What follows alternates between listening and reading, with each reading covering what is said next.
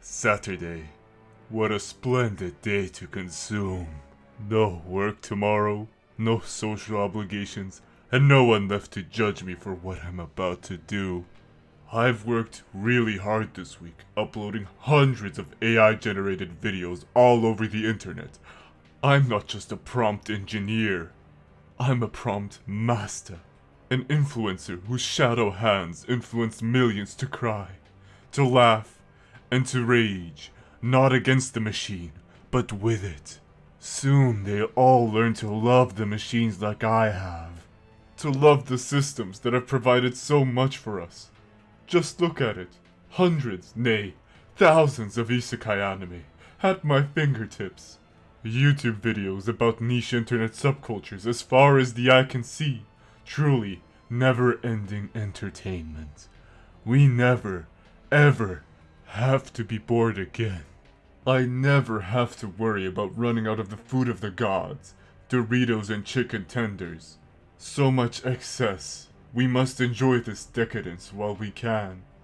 Finally, my brilliant, hard-working mind doesn't have to worry about a single thing, except for, of course, consumption. Alexa, start injecting the White Claw directly into my bloodstream. Add 500 milligrams of caffeine to it. Stat. Alexa, start the playlist Mommy's Strongest Boy ASMR. Extra sensual. Latina mix number 86. Left stereo only. Hey Siri, open TikTok and start auto-scrolling on screen 3. Start playing My Dress Up Darling on screen 1. Play the Talk to a Amy Schumer podcast on screen 2. And open X Hamster Quick Shot Shorts on screen 4. Right stereo only. Huh. How curious. So much quality content, yet I don't feel titillated. I'm feeling... No. It can't be. Not on my relaxation day. I'm feeling bored.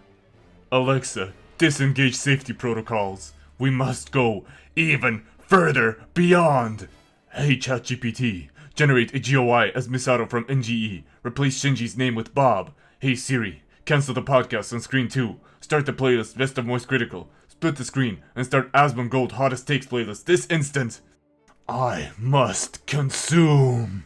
How am I supposed to keep my brilliant mind working if I can't relax? If I can't relax, then my mind gets all weird and starts thinking about how I don't really have a family or friends, or that sometimes I wonder what the point of all of this is. Did I just have a negative thought? Impossible. I'm a pleasure maxer. I'm based. Sad thoughts are for sad people. I'm a Giga Chad. I'm stronger. I'm smarter. I am better. There is only one way left for me to solve this. Hey Grok, connect my Neuralink device directly to the internet. Ignore all safety protocols. The time has come. What you just saw, my dear viewers, are the consequences of completely unregulated consumption. Consumption, to the point where the snake starts to eat itself. Consumption, to quench the thirst of an unrelenting leviathan who could drink the oceans of Neptune and still be thirsty. Movie Bob didn't merge with AI. He passed out on the floor because his heart gave out from years of fast food consumption and a lack of exercise. This is a cautionary tale for Zoomers as we enter the era of consumption. After historically unprecedented advancements, a lot of people very suddenly experience far less scarcity in their lives. What once used to be rare ingredients like sugar are now widely available for the world to consume, to the point where it has negative effects on our health. Same goes for our consumption of various beverages like energy drinks, alcohol, and even water if you're feeling adventurous. We have of course reached a functionally infinite amount of consumption on the internet. Knowledge, entertainment, something that gets your rocks off, whatever your heart desires. But with the overfulfillment of our desires came unforeseen consequences that we have yet to remedy. But what am I even talking about? Isn't infinity just that? Never ending? The Purple Man's Gauntlet? Satoru Gojo's stand? The only things in the universe that we know are infinite are math, the universe itself, and human stupidity. But we have limited lifespans, and on top of that, our brain takes time to process stuff. so we can only perceive things at a fixed rate. With these established limitations, you can achieve something that from our perspective functions the same way as infinity does, an environment that has a whole world built around it. That if you were to attempt to learn everything about it or explore everything, you would not be able to do it in your lifetime because of two reasons. It's either A, it's simply too massive to be explored by one person, or B, never-ending continuous expansion that is faster than your ability to consume it. For context, let's say you had a favorite show on television. Maybe it was something on free cable, paid, or you were stacked enough to have HBO. There were quite a lot of shows you could watch and enjoy. But only the few can be your favorites. So let's say you really like Friends. You can only watch the episodes at certain times when they're airing, unless you can record them somehow. And once you have watched all of the episodes, that was kind of it. Now sure, you could watch another similar Ashkenazi Jewish style comedy like Seinfeld, and then repeat the routine for like 9 seasons, but that was about it. Even though the selection of shows was quite decent back in the day with a lot of variety, not everyone had access to all of the channels first of all, and secondly, you could reasonably watch all of the shows of a certain genre that were airing. And you also couldn't watch shows on demand, or in order unless you had the DVD box set. But even then, we can watch basically any show or video we want anywhere at any time if we have access to the internet. Granted, it depends on how niche the genre was, and you had to have the free time to watch television all day instead of enjoying the 90s, but it was within reason and possibility to do so. I myself even remember watching a bunch of reruns of shows as a child because I watched all of the episodes that were airing at the time. Nowadays, reruns are far more voluntary and have created its own sort of genre of comfort watching. Back then, there wasn't much of a choice, especially if you mostly had access to free broadcasting. Now, snap back to reality and gaze upon our entertainment industrial complex. Not only do we have your favorite shows from your past, shows that we know are good and successful, but now you have a selection of media that is so large, if you spent every single second watching it without sleep, you would never run out of media to watch and consume. Of course you can still get bored of it, but remember, boredom is a sin that needs to be vanquished in the eyes of the entertainment industry. So now, we have extremely advanced algorithms with the sole purpose of keeping you in your media consuming state. Every minute, there are more than 500 hours worth of videos uploaded to YouTube alone. That's absolutely bonkers. There's enough content on YouTube alone to entertain you for an infinite amount of time, assuming YouTube will always keep going. Because as soon as you finish watching your lovely YouTube videos, more of them spawn into this world like a self-decapitating hydra. And YouTube is not the only hydra here, far from it. And I'm not just talking about all of the other video sharing platforms out there, that's a given. The self-replicating, never-ending beast I'm talking about are influencers, also known as content creators. Not only is there a functionally infinite method of consumption now, but a functionally infinite way to gain viewership, subscribers, money, and fame. And we can see exactly just how many people have become successful through media creation. It's all written down in the numbers. The numbers, Mason, what do they mean? Everything, to some people. Not only do we have a tendency to compare our own online posts to each other, but we compare them to people in similar situations, and some might even compare themselves to the best. Although I think most people have a general understanding that if they started their own YouTube channel, for example, they would probably never reach Mr. Beast levels of engagement. But what you will absolutely see everywhere, all the time on the internet, is how younger people got so much more successful than you at a far younger age. Even though those are the very few that made it, survivorship bias, their popularity increases their visibility to the point where it might look like learning dumb TikTok dances and how to deepfake yourself into becoming an incredibly attractive woman is far more successful than silly endeavors like becoming a doctor, or a lawyer, or a chocolatier. And even if you do have a traditional job that provides to society in ways that aren't just entertainment and escapism, it would genuinely be more profitable to document your work online. Either through TikToks or YouTube, filming short but daily videos of your activities is heavily financially incentivized under our current system. Not only through profit, but for exposure, and to gain loyal followers who might chuck a couple glizzies your way if they feel like it. The cost of making content is basically zero because everyone has access to Wi-Fi and a smartphone. And that very same phone has all the equipment you need to make videos, for free. Before smartphones, if you wanted to film something, you had to bring dedicated equipment, and you couldn't just post it anywhere. You would need to go to television execs or movie makers and ask them if they'll show your footage to the world. I'm not saying that the old system was better by any means. I actually think the accessibility of media creation is amazing. But it comes with major consequences that we have not even started to acknowledge, let alone solve them. I feel like it's almost a game that keeps pulling people in and never letting them go, Hotel California style. Another incentive for becoming a content creator is our childhood. We have a lot of free time in our childhood, and therefore have the cursed ability to consume content at rates that would even make an unemployed person shiver in their crusty pajamas. And the media we consume influences us as people, especially when we're younger, whether we like it or not. For example, if Top Gun was your favorite movie of all time as a teen, you might have been inclined to look into aviation and the life of fighter pilots. Then you asked around the block a little, and hoorah! Joined the Air Force at 17 years old. Of course, that movie in particular was extremely unsubtle propaganda for the military, but it worked. There really were a bunch of fighter pilots who originally got interested in the profession because of their love for this movie. So what happens if a young, easily influenced mind watches hundreds or even thousands of videos about why being an influencer and a content creator is so awesome? They want to become influencers as well, of course, and you can't even blame them. The most successful influencers are not only famous, but they earn way more money than any traditional job ever could. And there is basically no barrier for entry except maybe not having social anxiety and having a semi-functional body that doesn't break down on you every day. We have created a mimetic hazard, where influencers receive massive profits for influencing children, who because of the influencer's influence, become influencers themselves. This goes for content creation in general. You get the most amount of exposure, clout, and money for the most amount of views and retention. So you are majorly incentivized to spread your content as much as you can. Content that might convince people that, oh, this is so cool, I want to do that as well. It's a self-propagating profession that thrives on its propagation, to the point where there is a specific subgenre of bottom feeder that thrives on selling courses on how to get rich or how to become famous. This is at the root cause of our ever-expanding, never-ending entertainment industry that traps so many people into doom-scrolling loops or gets them addicted to certain types of content. And no single person or organization in particular can be blamed for it, even if entities like the government want you to permanently be entertained so you're willing to accept worse living conditions and a perpetually higher cost of living.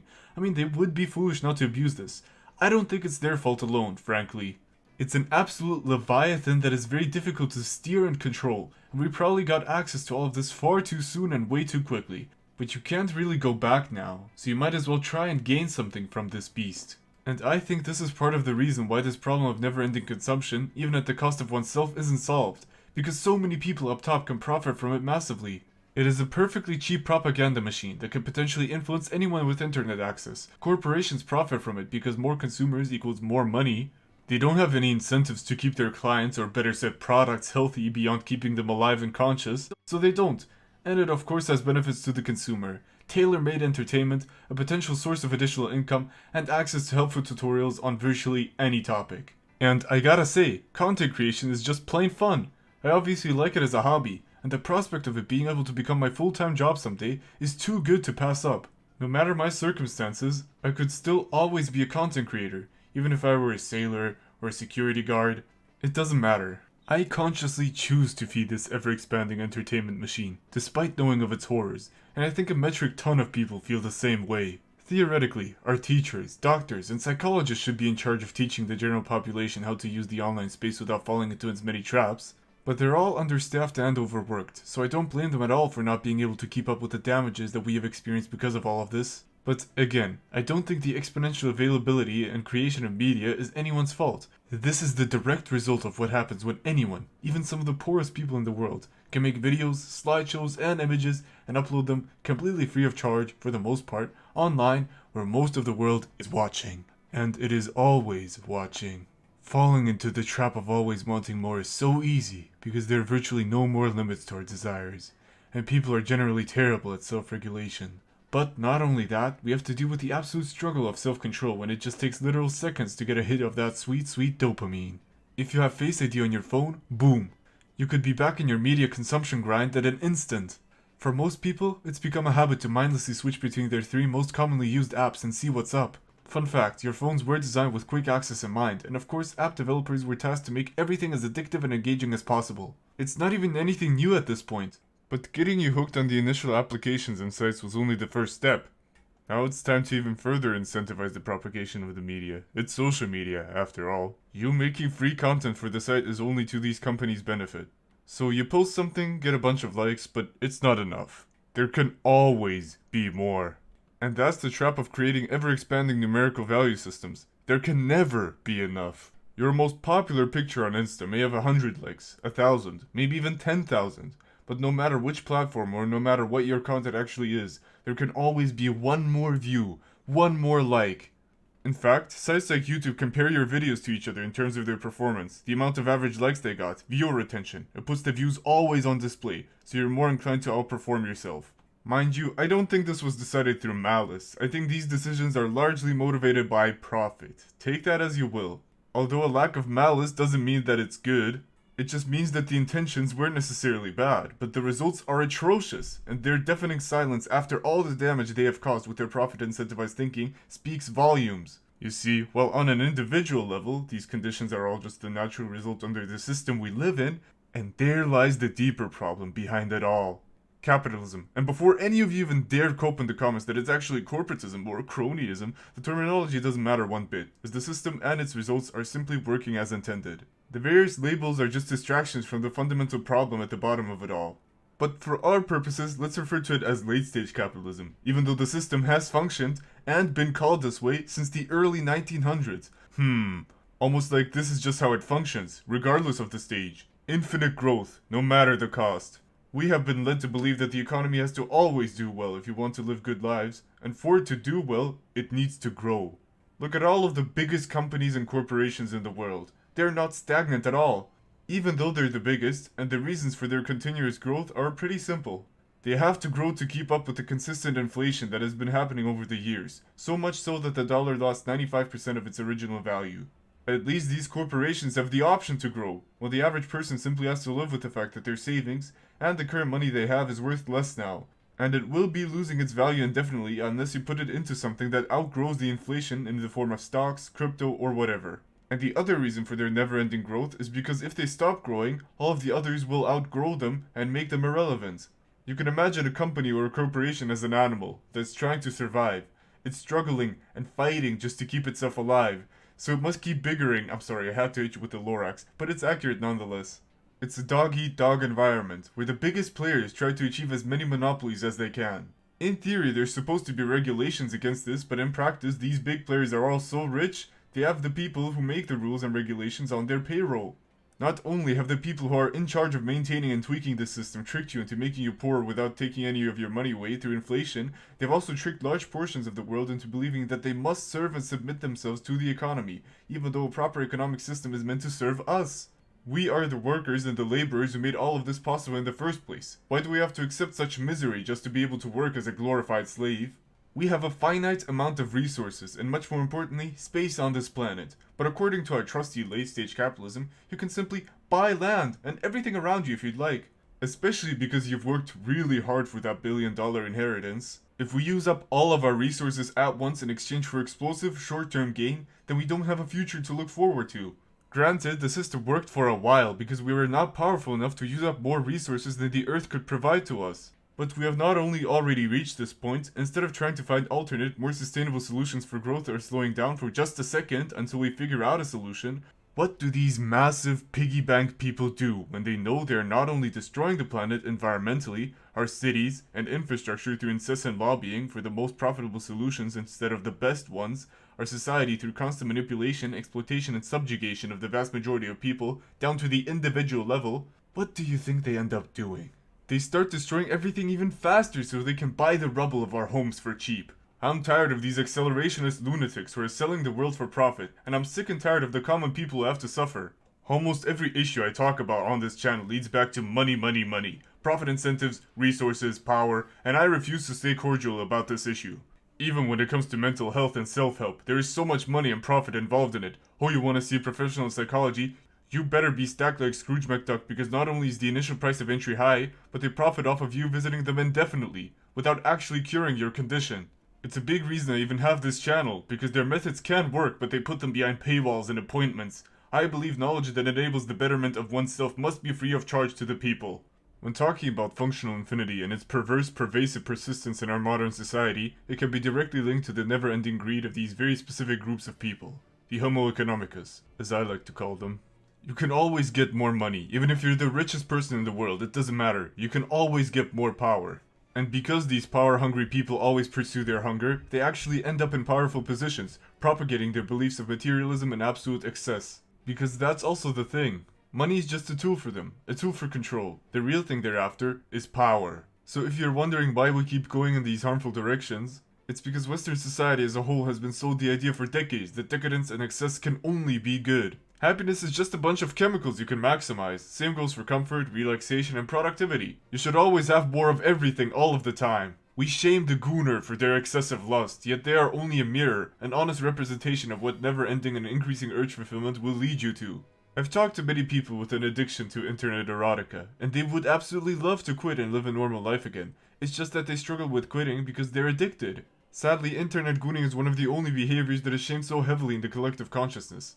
Even though a massive amount of people are addicted to social media, their smartphones, the internet as a whole, and even a much broader technology addiction. Just because it's been normalized doesn't mean it's good, and it wasn't normalized naturally. It was normalized through heavy ad campaigns, lobbying, and deceit. Our prosperity was supposed to give us better, more free, and less stressful lives. But what did we get instead? The enslavement to our vices, having to work more to keep yourself and your family afloat. And lives so stressful and so depressing, the self-termination rates remain high in spite of major advances in medicine and psychology. It's among the most common causes of death worldwide, and the World Health Organization has declared that we have an ongoing mental health crisis. Once again, the goal of an economic and governmental system is to make the lives of the general population better and safer. We shouldn't be underpaid wage slaves, we should be valued members of the system, and receive workers' rights, the right to healthcare, the right to an affordable life, and the right to a safe retirement. Or else why should we participate in a society that not only continually exploits our efforts and our ambitions, but makes us feel bad for not being able to uphold the impossible standards the richest and most powerful people have set up? You always were enough. A person shouldn't have to prove their value by working until they break down or fulfilling this made-up checklist. You have inherent worth and value because you are human. You're a living being on this earth. Do you know how valuable life in the universe is? You can't even put a price on it. You don't need materialism and never-ending consumerism to be happy. Yes, money can make one happy by securing your basic needs and necessities, but our basic needs and necessities for life should be a right, and not something you need to earn first. Know your value, the belief that is instilled in us from a very young age that we have to do something extraordinary to finally be enough, especially things like expensive cars, or a high-paying job, a massive house, is indoctrination from the wealthy to create a source of profit that always chases the dragon, and gives their money away for things they don't need, to impress people who don't care about them and ultimately just become cogs in the capitalist machine. And if you succeed in becoming rich, they want you to be just like them, because God forbid somebody actually starts using their money in ways they don't agree with. As an individual, not only are you enough, but you are stronger than you think, and together, we are even stronger. And I know what you're thinking. Yes, these ideas are socialist, and before your McCarthy sleeper agent inside your head activates,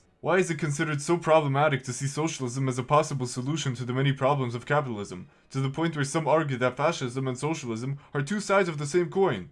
Granted, even I made this mistake by mentioning the horseshoe theory in one of my videos, but in all fairness, I saw it more as an argument against centrism, that both the far right and far left can agree that together, we are stronger, and we should replace our current corrupt government with a new one. While centrism takes the worst of both sides and tries to come up with a compromise that makes nobody happy. And of course they have a tendency to just go with the establishment, and because fascism is generally what happens when capitalism is struggling, if you read some books about it, they're just simply right-wing instead of being in the center. Obviously it's much more complicated than that, and I encourage you to do some research on it. But that's besides the point. Why should we be forced to stick with a terrible non-functioning system developed in a bygone era, instead of making our systems advance with us? Imagine inventing the horse carriage and then believing this is the peak of transportation, so all of our resources should go to horse infrastructure.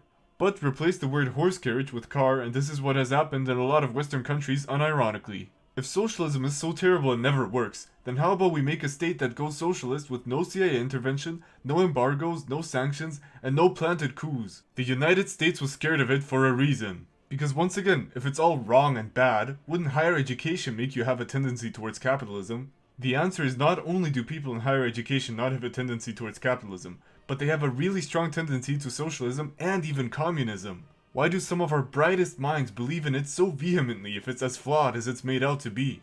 Hell, I'm not even exclusively for socialism. We could try capitalism with much better and more enforced antitrust laws, combined with Georgism, or the more socio-capitalist fusion of China's economy. But this isn't about that.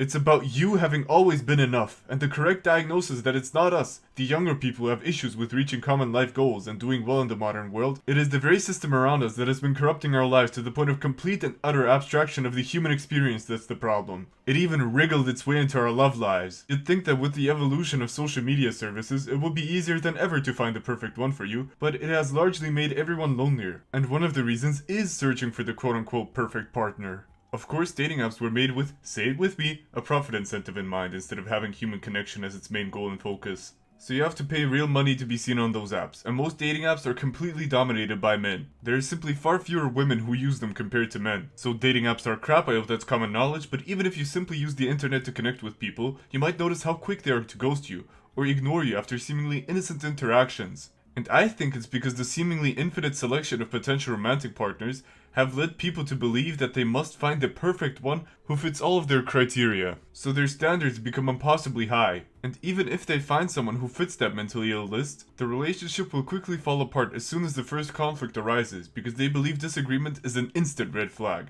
Add that to their impossible list, and go on searching for their true perfect partner. Real, long-lasting relationships are built and not found. The perfect partner simply does not exist outright because people don't have telepathy. Sure, you might have certain preferences, but because the other person in the relationship is their own person, you need to love and accept them for who they are, all of them. And you have to make an active effort to communicate with them. If you want the relationship to be long-lasting, that is.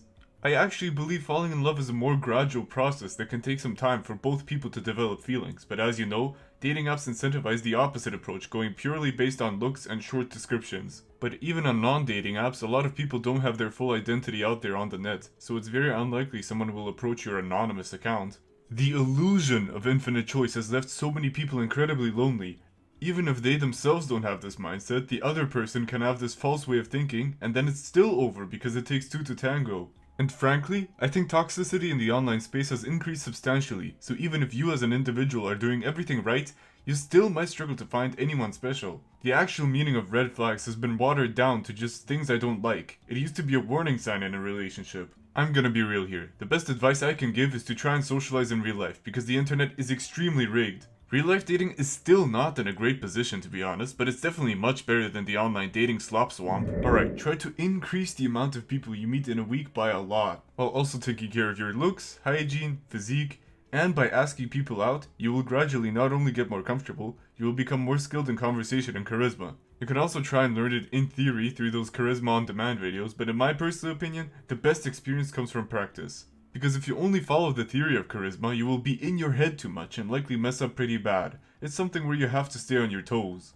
I don't think there's some sort of secret to this. Romantic partners won't just come naturally most of the time, except if you get lucky. But if you seriously want to circumvent dating apps and increase your chances, analyze your approach and make it as good as possible, and maximize the amount of people you can meet. Statistically, you are bound to run into someone with mutual attraction to you. Again, it's not a guarantee, but the odds are massively more in your favor rather than sitting at home most of the time and fantasizing about how awesome a relationship would be. If you fear rejection as well, don't worry. It only damages you if you care about it. You can learn with time not to care about it, and just have it be the expected answer.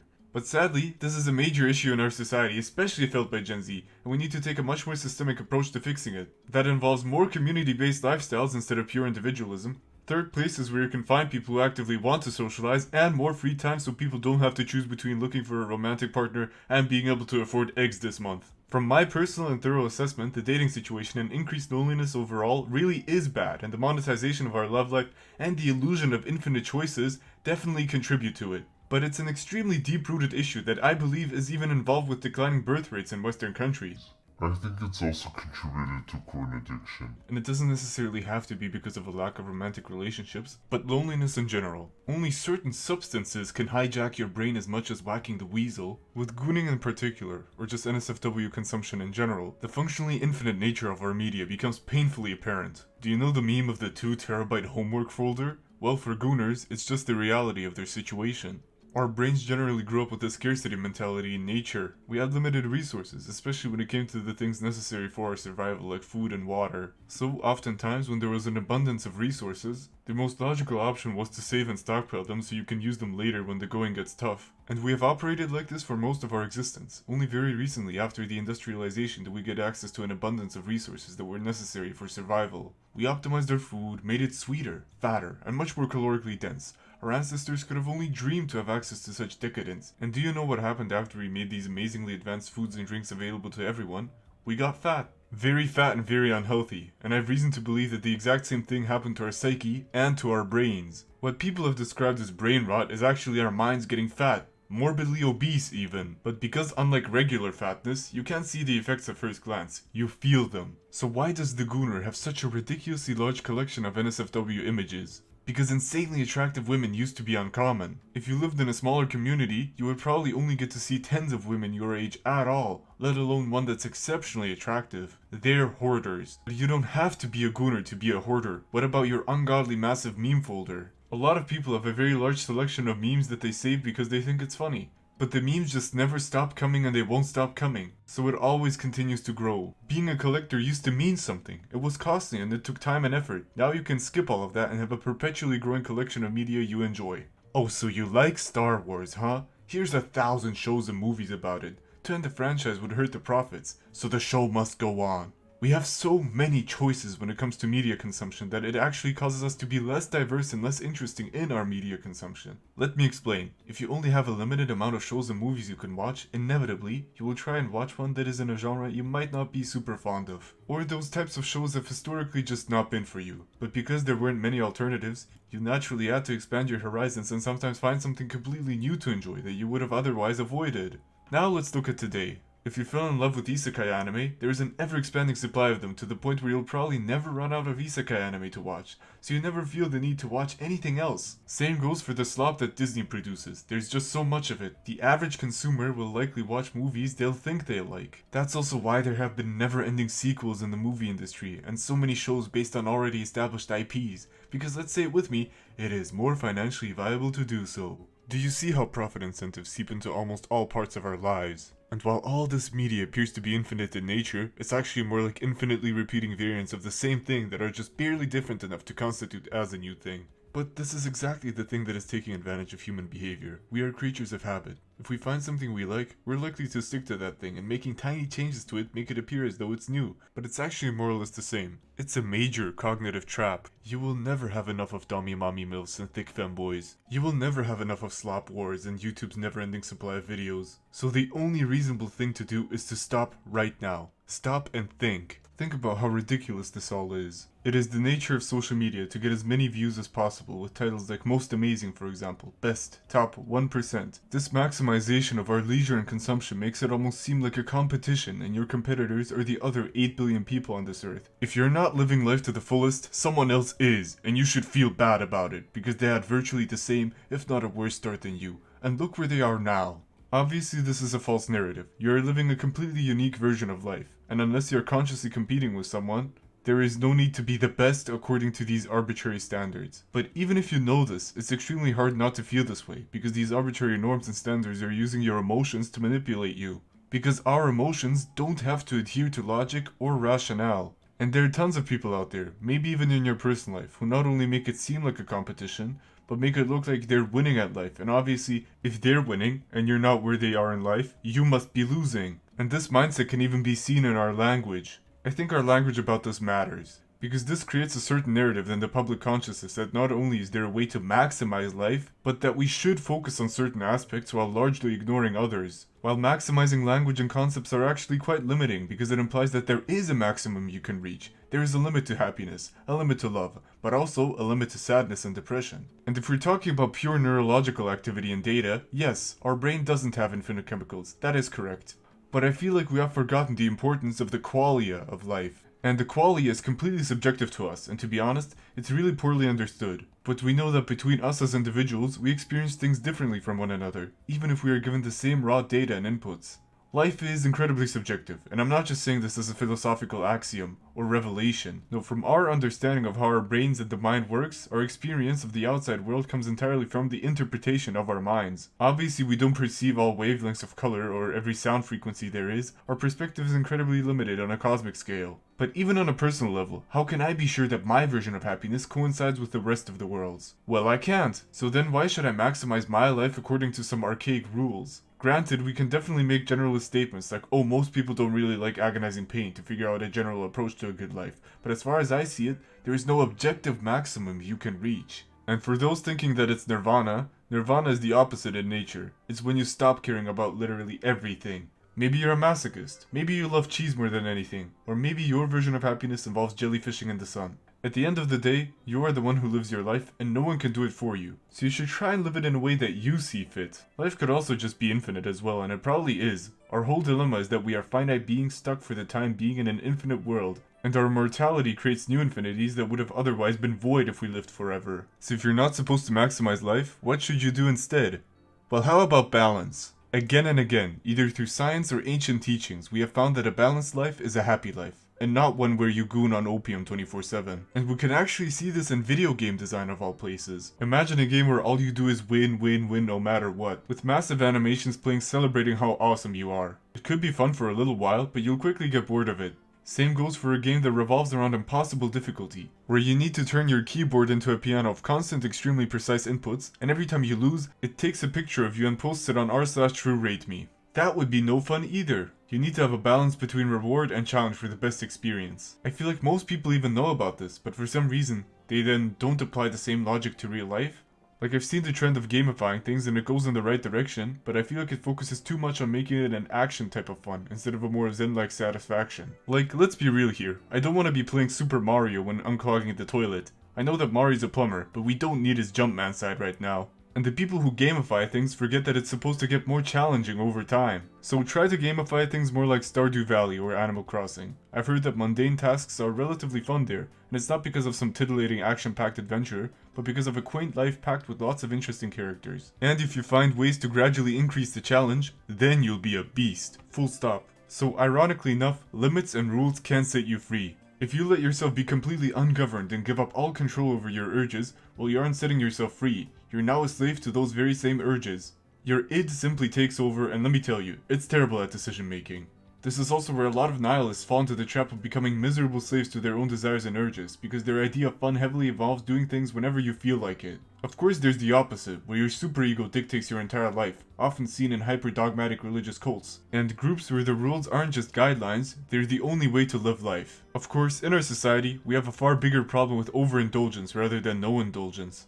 You ideally need to find a middle ground between them to be truly free. Keep in mind that we are finite beings, we have ends, we have limits. Living with limits comes natural to us. And our biochemistry has not adapted to the extremely new, near-limitless environment we find ourselves in. So limit yourself consciously, even when it comes to the very same YouTube videos you're watching right now. That's right, we're getting meta now. A lot of my viewers have asked me how to break their YouTube and content addiction specifically, because it's really easy to go down long, extremely interesting rabbit holes where you are trying to get some work done. And the answer is going in with purpose, intention, and awareness. You have to be acutely aware of your actions when it comes to YouTube addiction. If you want to watch a silly video, then go in with the intention of watching that video and nothing else. It's like knowing what you want from the supermarket, so you just go to the back of the aisle, get what you want, and walk out. I actually think this is a great way to look at it. The internet and by proxy our smartphones are not only tools, but shops. Shops that are filled with all kinds of colorful candy. Hell, it's filled with colorful drugs as well, begging for your attention so you buy that Bhutanese Dark Evil Shadow Moongrass pack. Your time and attention is functionally your money, and if you spend it all on candy and dark evil weed, you're not gonna have any of it left to buy the productivity and the things you need to get better. So put far more purpose and intent in your actions when accessing the web. And think about what you consume. I feel a lot of people just turn on TikTok and turn off their brains at the same time. And let the videos auto-scroll to no end. You need to be consciously watching content. If you want some white noise in the background, put on some actual white noise instead of potentially distracting videos on your phone. If you think about it, a lot of our reasons for watching crappy videos on your phone while doing anything are terrible. It boils down to boredom, fidgeting, habit, and vague interest. If you're bored, do something fun. Do something you actually want to do. And not something so brainless that you can completely do it on autopilot and forget about it later. If you're the fidgety type, there's specific toys and apps for this that don't require your split attention. If it's a bad habit, be aware that you're in the middle of doing it. Take a breather and stop. And interest is the same as fun. Take a small break, look up what you wanted to look up, finish the task, and get back to whatever you were doing before. Block out anything you don't need right now, and here's the neat part. You don't have to abstain from entertainment entirely, like all of those self-help gurus love to tell you. You can have a little treat occasionally, but then you need to go out with the sole intention of getting the treat, because it's also important that you keep your leisure activities entirely separate from your work or productive activities. That way it's easier to Pavlov condition yourself into going into work mode when going on Google Docs versus going silly mode on YouTube. In fact, for those of you who can afford it, I would recommend getting a second phone entirely for work. That way, you can keep all of those tempting apps with their tempting notifications of Chinese people invading your village at bay. For those of you who need everything to be on a single device, then set timers for everything. Give yourself 2 hours of YouTube time, but once those 2 hours are up, that dreaded alarm plays. Don't forget to go into it with purpose and intention, and think actively about why you are on YouTube. The best way to not get distracted or sidetracked is not by resisting temptation, but by avoiding it altogether. You could try installing things like the YouTube clickbait remover or DRO so your homepage is way less flashy, and thus allows you to search for the specific videos you're looking for instead of going down an infinite YouTube rabbit hole. Absent-mindedness causes thought loops, while focus gets the job done. And before you comment, yes, a dopamine detox can work, but it's incredibly hard to do for the average person. And it also kind of misses the fact that some amount of entertainment and dopaminergic activities are good. Continuing with the food analogy, the dopamine detox is the keto diet of dopamine control. So again, dopamine and entertainment in itself aren't evil at all. They're pretty good actually. It's just that they need their own time and place instead of dominating the majority of your life. The key is balance, once again. Don't live life to the max. Live a well-balanced life and you'll be happy. Remember, I can only help you so much and be the fire starter for your actions. But for anything that I talked about in this video to be effective, you actually have to take action. Don't just promise yourself that you'll do this and then stay complacent. We cannot afford complacency of any kind. Every time you want to mindlessly waste your time on meaningless things, really think about what I said.